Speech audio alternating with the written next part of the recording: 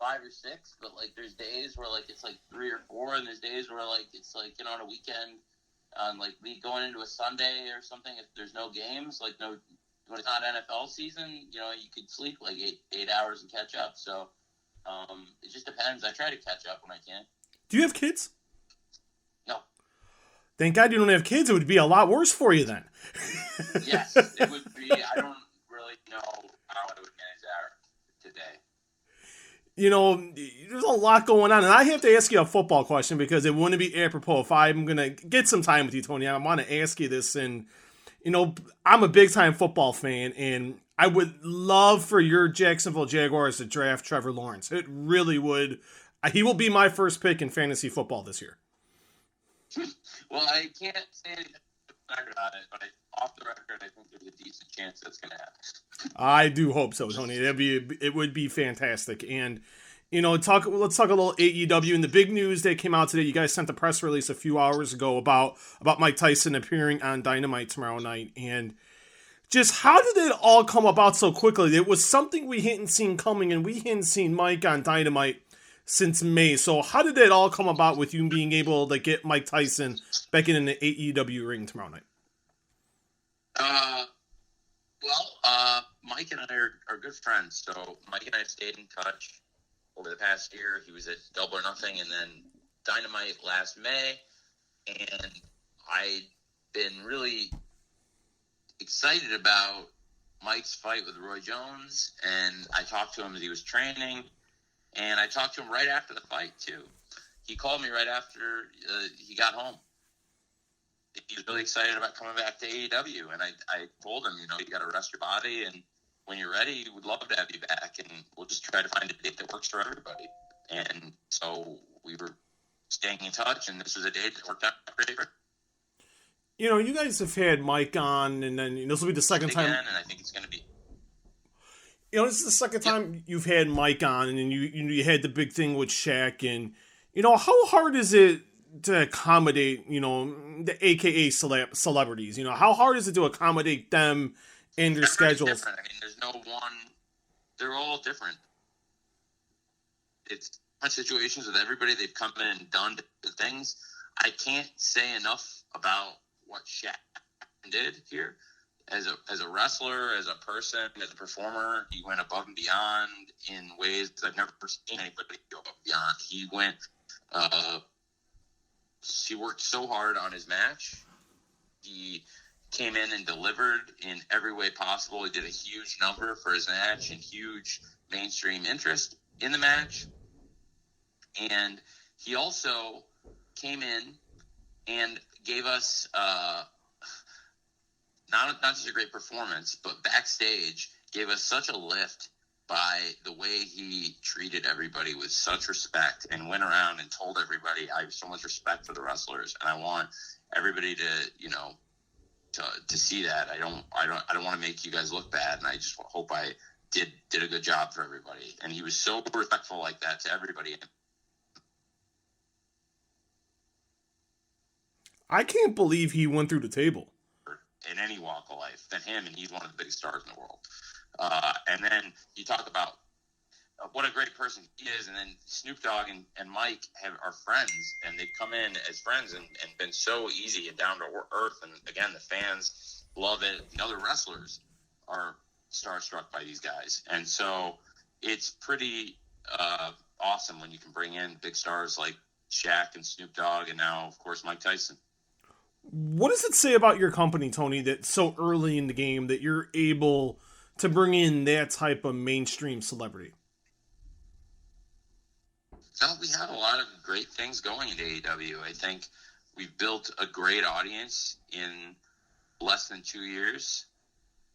And since Dynamite debuted, we had a lot of great celebrities on the show. And it speaks to the kind of people we are, I think, because a lot of these celebrities knew us in real life and wanted to come help us out, which is the case. I mean, Cody worked with Snoop Dogg on their TBS show, Go Big Show, and they were buddies, and they came in, and Snoop Dogg helped us out. And, you know, I love Snoop. He's been a great friend to to Cody. He's been a great friend to me and to AEW. And then Shaq is a personal friend who came in and offered to help out. And Mike Tyson is a personal friend of mine who, again, has stayed in touch. He was at the first Double or Nothing when we launched AEW. He was a fan. He came, and that's when I first met him. And we stayed in touch, and he's always wanted to stay involved and help us out. So I think that is a big part of it. You know, no, this is a really big week for the company. You know, you got Mike appearing tomorrow night on Dynamite, and then you have your first house show this coming weekend at Daly's Place in Jacksonville. And just what was the mind process, Tony, of wanting to put on a house show? Well, it's great for us that we have a really good Dynamite card this week and a great crowd coming. And with the big crowd for Dynamite that we expected this week, we thought it would be a great week. That we've got the ring set up. We've got the sorry, Steve, can you hang on 1 second? Sorry, I've got to absolutely. get rid of this person. Somebody's knocking my door. Oh, you're good. Sorry about that. Oh, no worries, Tony. No. So it's so we were just saying it's a huge. So the house show. So we had a great crowd coming for Dynamite this week. We expected a great crowd for Dynamite this week. We have a big card. We've got a great crew in town in Jacksonville, and we have the ring, the stage, and Daly's Place all set up for a wrestling show. And Friday night's a great night for the fans, and it felt like it would be a good opportunity to experiment with putting on a great card for the live fans and doing something for the people in Jacksonville, because I must stress how important the fans in Jacksonville have been. I'm going to go back. That sounds bad. I must stress. I'd be remiss if I can do better than that even, but it would, I think it's important to note how significant the contributions of the fans in Jacksonville have been. They've helped AEW, they've helped the wrestlers in the matches, they've helped our shows, but they've also helped fans around the world enjoy the show. And there have been a lot of moments in AEW where the live crowd in the past year made a huge difference. I think probably the most important was the Brody Lee Memorial Show. Absolutely. I think when Darby won the TNT title and the Young Bucks won the tag team titles for the first time at Full Gear, the live crowd, those moments were a huge part of it. The pops were real and great. When Sting debuted at Winter is Coming, a huge pop there, and the reaction was a different reaction when Kenny won the title from Mox. And there are just a lot of moments where the fans and their reactions have been a very important part of it, and it wouldn't have been the same without them. And fans all over the world can thank these fans in Jacksonville who've been coming to these shows since August. We've been doing these shows safely. We've had no known transmissions because of, we've done the shows outdoor, physically distanced with precautions in place. And it's allowed the fans to come and watch the shows safely for months. We've had thousands of fans come through, and to consistently be able to offer a show on television with about 1,000 fans there, so the live fans watching at home can enjoy like a regular wrestling show with a real crowd. And even if we can't pack, these past few months, even if we couldn't pack these past few months, 10,000 people into an arena, filling every seat, just because we couldn't do that safely, I still wanted to provide the experience of the live wrestling crowd and the pops and those big moments for the fans at home. And the people in Jacksonville have done that, and they've provided a great service. They've gotten to come and enjoy these shows. They've had fun, but they've also done something really special for the wrestlers here and the staff here and for the fans at home.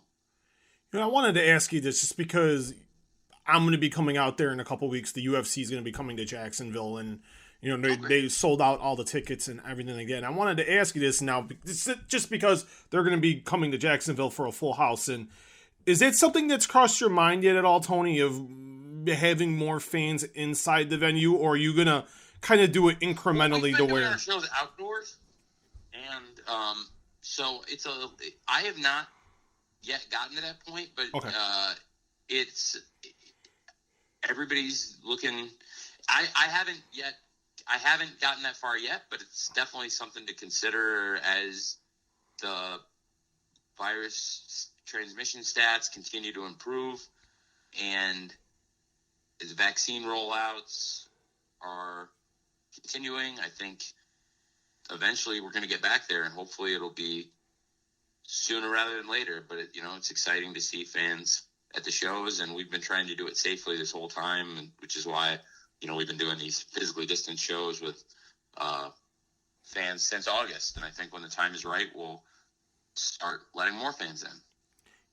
I have to ask you this just because I will get reamed and you will get reamed if I don't ask this question. I feel like this is because I've been seeing this a lot on social media, and I know you look at social media and you look on forums and stuff like that, and the narrative has been you're running a show because your competition is having a show about 3 hours away the following 2 days after that. What do you say to people that are running that type of narrative?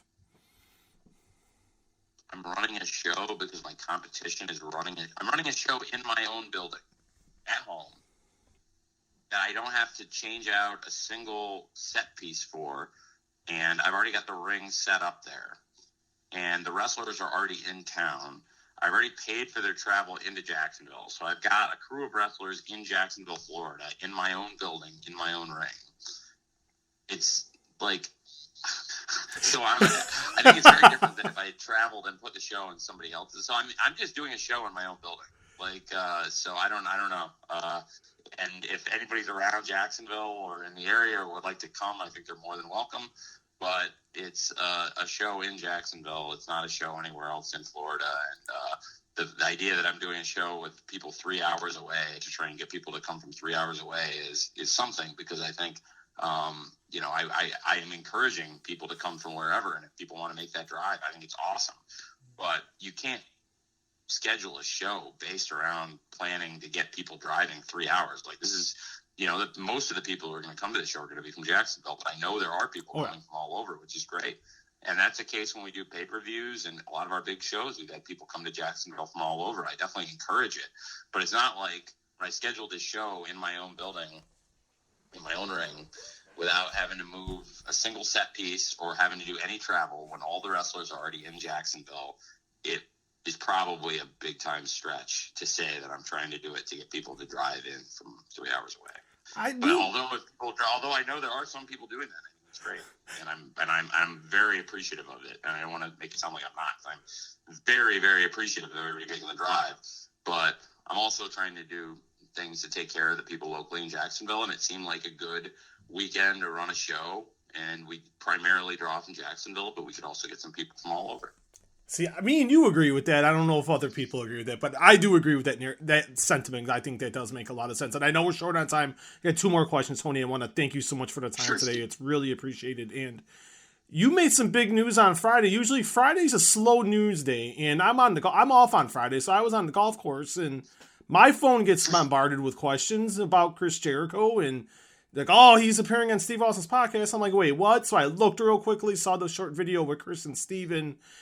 Could you explain a little bit just kind of what led to, Chris being able to appear on Steve Austin's podcast? Chris came to me in my office, and he mentioned there was an opportunity he wanted to talk to me about. He had been talking to Steve, and there was this idea that Chris could be on Steve's show and appear on Peacock with Steve. And Steve had gone to Vince, and Vince had given Steve his permission to have Chris on the show, but they needed my permission to get Chris on the show, and Chris wasn't sure I was going to say yes, but he wanted to ask me, and I told him, after thinking about it for a moment, that I thought it was a great idea.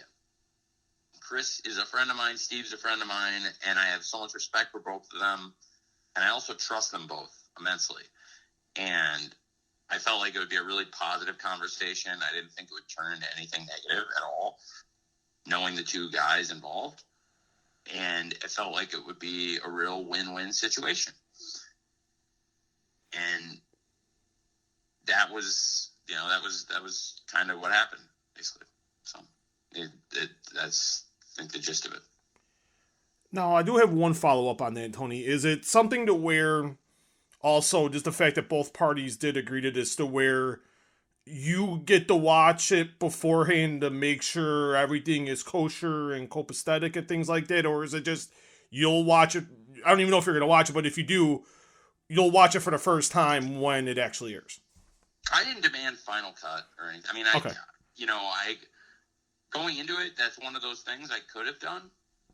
Is said, that's fine, you guys can do this, I want Final Cut, or something like that. And it just, I think this is one of the reasons why people like dealing with me. And you ask me why, we haven't been around that long, and why celebrities come and then they keep coming back, or why people, it just, in general, I think this is one of the reasons why people enjoy dealing with me. Is I'm not going to make things overly difficult if they don't need to be. I think Steve and Chris would do a great interview. And I didn't want to turn it into a legal pissing match between the two companies where I'm demanding Final Cut if they have Chris on their show. I trust Steve. I trust Chris. I don't know if I trust these guys, but I don't think they're going to just totally hack up Steve's show either. So in this situation, I did trust everybody involved. And I didn't think it would be conducive with – we're all so busy. We all have a lot going on. And I didn't think it would be conducive to the nature of the project, especially when, we're all friends in terms of Chris and Steve being, friends with people on both sides. I think, Chris works for us, Steve works for them, but Steve's a friend of mine and Chris is a friend of theirs. So it was a unique situation, and that's why I think it got done. And I didn't need to demand Final Cut. I haven't seen it. I've heard about it from Chris. They might make some changes to it. I don't know, but I'm pretty comfortable with Chris and Steve sitting down and talking about just about anything. You are what you say you are when you appear on the paid ads on Impact, Tony. You're the king of the breaking through the forbidden door. I am the forbidden door. You are the forbidden door, my friend. I am the door itself. I am the forbidden door. and we'll end with this, Tony. And this has been awesome. Thank you so much for the time. And sure, big show tomorrow night on TNT. I love the card. Hangman Page. Mr. Caster, you have Darby Allin defending the TNT title against JD Drake, and then you have, I think, the biggest six-man in the history of Dynamite. You got the Young Bucks and Jon Moxley against Kenny Omega and Luke Gallows and Carl Anderson. Yep. What else can the fans expect from this great show tomorrow night on TNT? I didn't hear you mention, there's the Inner Circle will be there. Okay. They're going to return. This will be the first time we've heard from the Inner Circle since Jericho was assaulted and since the Pinnacle was formed. And Chris says there's going to be a big revelation. I think that's going to be really exciting and interesting for the fans to see. And we've got some other fun surprises planned in the show. I think it's going to be awesome night of wrestling and surprises. There are some nights where it's a big focus on the wrestling or where it's all bell-to-bell focused in general. Anytime you watch AEW Dynamite, you're going to see some great wrestling. It's not like we do a bunch of short 2-3 minute matches and focus on backstage action the whole show. I mean, you might see some backstage segments, but in general, you're going to see a lot of great wrestling on all of our shows. But this show will be a good mix of both. There'll be some great storytelling and some great matches, and I think it'll be hopefully a show that will be very memorable and put us in a great position next week and going forward. Tony, this is beyond chatting and scrums. This is the first time we've done a one-on-one, and this has been awesome. Thank you so much today for squeezing me in for a few minutes. It really means a lot. It's greatly appreciated. Have a good rest of the day, Tony, and hopefully we can do this again in the future. I hope so, Steve. It was great talking to you. Thank you, man. Good, and safe travels down here to Jacksonville. Maybe I'll see you on April 21st. I'll reach out to PR and see if we can set something up. I'm definitely planning on being there. While you're in Jacksonville, you should come to Dynamite on Wednesday. Absolutely. I'll set something. Should I just go through PR, Tony, and set something up? Yeah, just Mandy can set you up. I mean, Mandy will get you a credential. You can come on April 21st. We're live. Awesome. I'll reach out to her. I'll send her an email in a little while, and we can get something together. Yeah, you can make it a 2-for-1. Wrestling and UFC. That's not a bad deal. Yeah, and all in the same. I mean, literally all in the same strip. And you don't even have to leave downtown. I mean, it's all in the same area. So. Really? I did not know that. That's my first time coming to Jacksonville, so I'm pretty excited. Yeah, the UFC is going to be right across the street from us. Oh, you going to go to the show or? Yeah, Dana's my good friend. You're friends with everybody. I'm jealous. Yeah, Dana's great. It's great to be in the Tony Khan business. Yeah, man, I'm friendly. You are a friendly guy. Thank you so much for the time, Tony. It means a lot. Have a good rest of the day, sir. You too, Steve. See you, bud. All right, thank you. Bye-bye.